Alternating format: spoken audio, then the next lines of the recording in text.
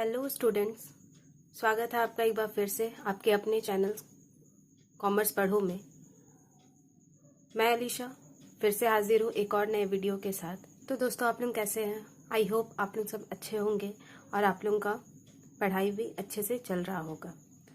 तो जैसे कि हम लोग का अभी क्लास 11 का अकाउंट्स का फर्स्ट चैप्टर चल रहा है। इससे पहले मैंने 2 वीडियो डाला है जिसमें मैंने चैप्टर 1 का इंट्रोडक्शन, डेफिनेशन, कैरेक्टरिस्टिक्स और branches of accounting, types of accounting, accounting process, ये सारा कुछ डिस्कस किया है। अगर आपने वो वीडियो नहीं देखा है तो डिस्क्रिप्शन में प्लेलिस्ट है, आप उससे जाकर उन वीडियोस को देख सकते हैं। तो दोस्तों, आगे बढ़ते हैं।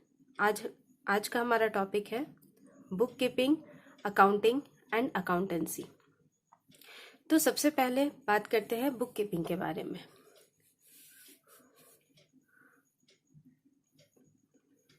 बुक कीपिंग जो होता है वो सबसे पहले आता था जब अकाउंटिंग और अकाउंटेंसी जो थे वो उनका एग्जिस्टेंस से पहले बुक कीपिंग आता था। जब रैंडमली एक बिजनेस एंटिटी जो होता था वो एक बुक्स ऑफ अकाउंट्स मेंटेन करता था और जस्ट जो भी ट्रांजैक्शंस वो करता था वो जस्ट बुक में रिकॉर्ड करते जाता था। जैसे कि अगर राम से 500 रुपीज़ उसको रिसीव होता है फर्म को, तो वो डायरेक्ट लिख देगा रिसीव ₹500 फ्रॉम राम। तो इसमें बहुत सारा मिस्टेक्स होने लगा, बहुत सारा डिमेरिट्स होने लगा, जैसे कि फाइनेंशियल ट्रांजैक्शन ठीक से आइडेंटिफाई नहीं हो पाना, उसे मेज़र नहीं कर पाना, उसको एनालाइज नहीं कर पाना, एनालिसिस नहीं हो पाता था, फिर इंटरप्रेट नहीं हो पाता था, जो कि एक बिजनेस एंटिटी के लिए बहुत ही ज़्यादा ज़रूरी है कि अगर एनालाइज नहीं करेगा, इंटरप्रेट नहीं करेगा, समराइज नहीं करेगा वो अपने अकाउंटिंग ट्रांजैक्शंस को, तो वो बिजनेस डिसीजंस वो लेगा कैसे? बिजनेस डिसीजंस वो लेगा कैसे? ये बहुत ही ज़्यादा डिफ़िकल्ट हो गया। तो ये जो मेन डिमेरिट था बुक कीपिंग का, उसके बाद आया हमारा अकाउंटिंग।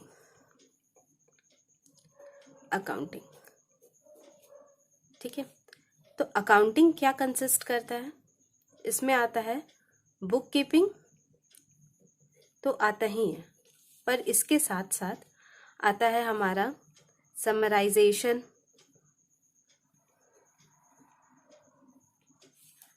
ऑफ ट्रांजैक्शंस, जो भी ट्रांजैक्शन हुए हैं किसमें, तो ट्रेडिंग एंड पीएल अकाउंट में। फिर इसके साथ ही आता है एनालिसिस एंड इंटरप्रिटेशन। ये किस में आता है? तो ये आता है हमारा प्रॉफिट एंड लॉस अकाउंट और बैलेंस शीट के साथ। प्रॉफिट एंड लॉस अकाउंट और बैलेंस शीट हमें एनालाइज करने और इंटरप्रेट करने में हेल्प करता है, जो भी बिजनेस ट्रांजैक्शंस इंटरप्राइज के अंदर होता है। ठीक है, और इसके थ्रू हम लोग एक डिजायरेबल कंक्लूजन निकाल सकते हैं कि बिजनेस किस तरह से सर्वाइव कर रहा है, उसे किस तरह का प्लान्स एंड पॉलिसीज में चेंजेस करने का ज़रूरत है, और ये सारा कुछ हम लोग कम्युनिकेट भी कर सकते हैं। कम्युनिकेट किससे कर सकते हैं? तो ऑब्वियस सा बात है, जो भी इंफॉर्मेशन आया है उसे हम लोग किससे कम्युनिकेट करेंगे? तो जो भी अकाउंटिंग के जो यूज़र्स हैं उन्हीं से हम लोग कम्युनिकेट करेंगे। ये यूज़र्स कौन होते हैं? बैंक होते हैं जो एक ऑर्गेनाइजेशन को क्रेडिट देते हैं, शेयर होल्डर्स होते हैं जो फर्म के रियल ओनर होते हैं, डिवेंचर होल्डर्स होते हैं जो फर्म को लोन्स वगैरह देते हैं, फाइनेंशियल इंस्टीट्यूशंस होते हैं जैसे कि आपका हुआ पोस्ट ऑफिस हुआ, बैंक हुआ, वो सारा कुछ।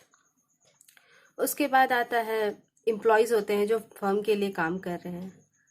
अब इन लोगों को सारा कम्युनिकेट किया जाएगा, सारा इन्फॉर्मेशन प्रॉपर वे में, तभी तो ये बिजनेस के प्रॉफिट में वो इम्प्रूव कर पाएंगे, प्रॉफिट को इम्प्रूव करने में अपना कंट्रीब्यूशन दे पाएंगे। ठीक है, तो इसलिए अकाउंटिंग इमर्ज हुआ, जिसमें हम लोग का आता है book keeping. Book keeping means simply accounting, जो ट्रांजैक्शन है उसको रिकॉर्ड करना, ठीक है, उसके बाद उसे समराइज करना, उसको एनालाइज करना, देन फिर उसे कम्युनिकेट करना ताकि बिजनेस को उसका ऑब्जेक्टिव अर्न करने में हेल्प हो पाए।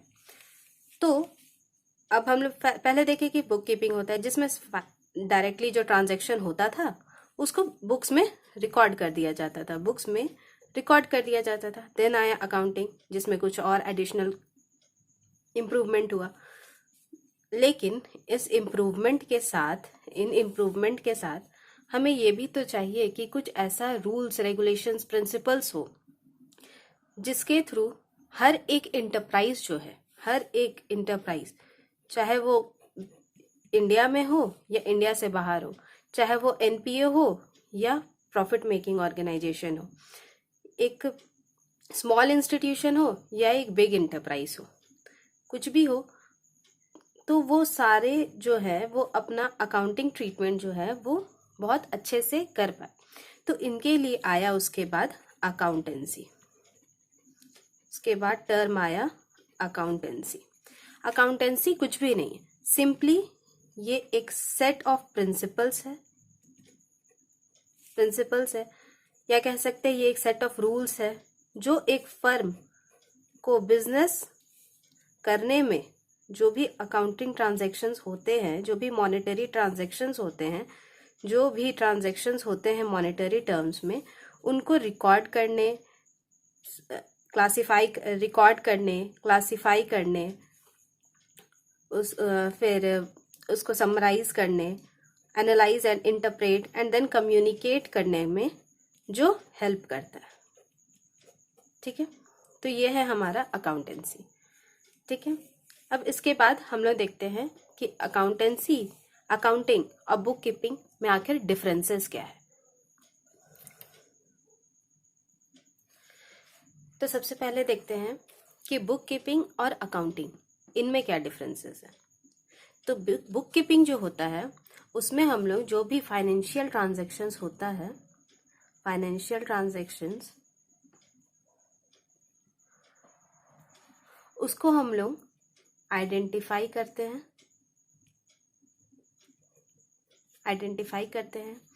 मेजर करते हैं, रिकॉर्ड करते हैं और क्लासिफाई करते हैं। मीन्स जो भी मॉनेटरी आइटम्स रहेगा उनको खोजेंगे, आइडेंटिफाई करेंगे, उन्हें मॉनेटरी टर्म्स में हम लोग मेजर करेंगे, नापेंगे, देन उन्हें बुक्स ऑफ अकाउंट्स में हम लोग रिकॉर्ड करेंगे, और फिर जिस तरह का वो अकाउंट को वो अफेक्ट करता होगा उसमें हम लोग क्लासिफाई करके हम लोग लेजर में पोस्टिंग कर देंगे, लेजर अकाउंट में। ठीक है, बट जो अकाउंटिंग होता है उसमें हम लोग फाइनेंशियल ट्रांजैक्शंस जो भी होता है उसको हम लोग समराइज करते हैं। ठीक है, मीन्स हम लोग फाइनेंशियल स्टेटमेंट प्रिपेयर करते हैं और उसको जो भी है उसको शॉर्ट में, मीन्स डेबिट और क्रेडिट के फॉर्म में हम लोग समराइज करते हैं। जो भी फाइनेंशियल इंफॉर्मेशन है उसको हम लोग इंटरप्रेट करते हैं, एनालाइज करते हैं। ठीक है, देन हम लोग उसको जो भी इंफॉर्मेशन रहता है, जो भी परफॉर्मेंस रहता है, उसको हम लोग एंड यूजर्स के साथ कम्युनिकेट करते हैं। ठीक है, सेकंड है जो ये बुक कीपिंग है, ये पहले चलता था। ठीक है, तो ये हम लोग का प्राइमरी स्टेज का था। ठीक है, जब ज़्यादा इम्प्रूवमेंट नहीं हुआ करता था तब का था। और जो अकाउंटिंग है ये हम लोग का सेकेंडरी स्टेज है, सेकेंडरी स्टेज का है। मीन्स जहाँ पर बुक कीपिंग एंड होता है, बुक कीपिंग जहाँ एंड हुआ वहाँ से हमारा अकाउंटिंग स्टार्ट होता है। ठीक है, और ये जो है बुक कीपिंग वो रूटीन टाइप फंक्शन है, means day to day function है, और ये क्लरिकल इन नेचर है। मीन्स कोई भी एक लोअर मैनेजमेंट का भी जो पर्सन होता है वो इसे मेंटेन कर सकता है। मीन सिंपली एक जो फाइनेंशियल ट्रांजैक्शन है उसको बस आइडेंटिफाई, मेजर और रिकॉर्ड ही तो करना है, क्लासिफाई ही तो करना है। तो कोई भी जो क्लरिकल इन नेचर में जो भी एम्प्लॉय काम कर रहा है, रूटीन बेसिस पे जो काम कर रहा है, वो जस्ट बुक कीपिंग का जो फंक्शन है वो परफॉर्म कर देता था, वो अपना जॉब वो परफॉर्म कर लेता था। बट जो अकाउंटिंग है वो चूंकि बहुत सारा इसमें समराइज करना होता है, एनालाइज करना होता है, इससे डिसीजन मेकिंग करना होता है, तो इसमें बहुत ही वो एनालिटिकल इन नेचर होता है, एनालिटिकल इन नेचर होता है। और इसके लिए एक्सपीरियंस्ड पर्सन चाहिए, एक्सपर्टाइज चाहिए, एक्सपीरियंस्ड पर्सन चाहिए जिसके पास स्किल हो, कैपेबिलिटी हो। ठीक है। देन नेक्स्ट है, जो बुक कीपिंग था उसका मेन ऑब्जेक्टिव क्या था? मेन ऑब्जेक्टिव इसका ये था कि बस जो फाइनेंशियल ट्रांजैक्शंस हैं, फाइनेंशियल ट्रांजैक्शन जो हैं उसको हम लोग याद रखने के लिए बस रिकॉर्ड कर पाए, कि फर्दर इंसान का माइंड का एक कैपेसिटी होता है, वो कुछ टाइम के बाद कुछ ट्रांजैक्शंस भूल सकता है, तो बस वो फ्यूचर में उसको हेल्प हो याद रखने में, इसलिए वो बस रिकॉर्ड करता था फाइनेंशियल ट्रांजैक्शन। बट अकाउंटिंग का जो मेन मोटिव है, मेन ऑब्जेक्टिव है, वो ये है कि फाइनेंशियल ट्रांजैक्शन को किस तरह से यूज़ करें, फाइनेंशियल ट्रांजैक्शंस जो हैं उसको किस तरह से हम लोग यूज़ करें ताकि प्रॉफिट भी जनरेट हो और हम लोग का इफ़िशियंसी भी जो फर्म का है वो इम्प्रूव। ठीक है। और जो डिसीजन मेकिंग है वो भी अच्छे से हो पाए।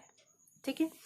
देन ये जो था वो जूनियर स्टाफ्स परफॉर्म करते थे, जूनियर स्टाफ परफॉर्म करते थे, क्योंकि ये क्लरिकल इन नेचर था, कोई भी आता था बस लिखना ही तो है कि मान लेते हैं अगर 500 रुपया राम से रिसीव हुआ तो रिसीव ₹500 फ्रॉम राम, इतने ही तो बस लिखना है, तो कोई भी जूनियर स्टाफ इसको परफॉर्म कर सकता था। ठीक है। तो ये फंक्शन को जूनियर स्टाफ परफॉर्म करता था। बट चूंकि इसमें हम लोग अकाउंटिंग में हम लोग को प्रॉफिट भी फाइंड करना है, फर्म का इफिशिएंसी भी इम्प्रूव करना है, प्रॉपर डिसीजन भी लेना है ताकि फ्यूचर में और फर्म का प्रॉफिटेबिलिटी, इफिशिएंसी, इफेक्टिवनेस इम्प्रूव हो पाए, इसलिए इसको सीनियर स्टाफ परफॉर्म करता है। ठीक है। सीनियर स्टाफ परफॉर्म करता है। और इसमें बहुत ही नॉर्मल, बुक कीपिंग में बहुत ही नॉर्मल स्किल रिक्वायर होता था। ठीक है। थोड़ा मोड़ा कोई भी 12वीं पास भी अगर इसको लिख दे तो बहुत है, लेकिन अकाउंटिंग जो है वो बहुत ही ज़्यादा स्किल प्लस एबिलिटी मांगता है अपने एम्प्लॉय में। जो भी इसमें इसको रिकॉर्ड करता है उस बंदे में बहुत ही ज़्यादा कैपेबिलिटी होना चाहिए, तभी तो आजकल जो फर्म है वो सीए को अपॉइंट करता है ताकि वो अकाउंटिंग ट्रांजैक्शन जो भी है उसको हेल्प करे, ताकि बिजनेस जो है, बिजनेस डिसीजंस लेने में हेल्प कर पाए, फर्म को प्रॉफिटेबिलिटी इंक्रीज करवा पाए, इफिशिएंसी इंप्रूव करवा पाए। ठीक है। देन लास्ट है, इसमें कोई भी एनालिटिकल स्किल नहीं चाहिए था, एनालिटिकल स्किल नहीं चाहिए था, क्योंकि यहाँ एनालिसिस का कोई फंक्शन है ही नहीं, बुक कीपिंग में एनालिसिस होता ही नहीं था, तो एनालिटिकल स्किल नहीं चाहिए था। वहीं जो अकाउंटिंग है उसमें एनालिटिकल स्किल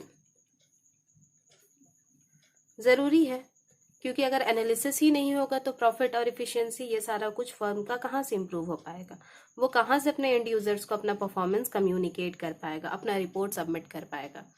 ठीक है। तो नेक्स्ट है हम लोग का अकाउंटेंसी और अकाउंटिंग।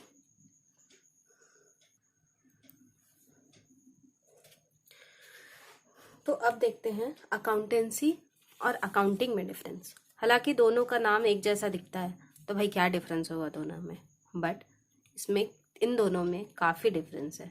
मींस अकाउंटेंसी जो होता है वो इंटायर बॉडी है, इंटायर बॉडी है, उन सारे थ्योरीज मींस रूल्स रेगुलेशंस जो भी है, प्रिंसिपल्स, वो सारा थ्योरीज और प्लस लाइफ में मींस बिजनेस के सर्वाइवल में उसको किस तरह से प्रैक्टिकली यूज़ करना है, उन सब का थ्योरेटिकली और प्रैक्टिकली कैसे यूज़ करना है, उन सब का इंटायर बॉडी ऑफ नॉलेज है।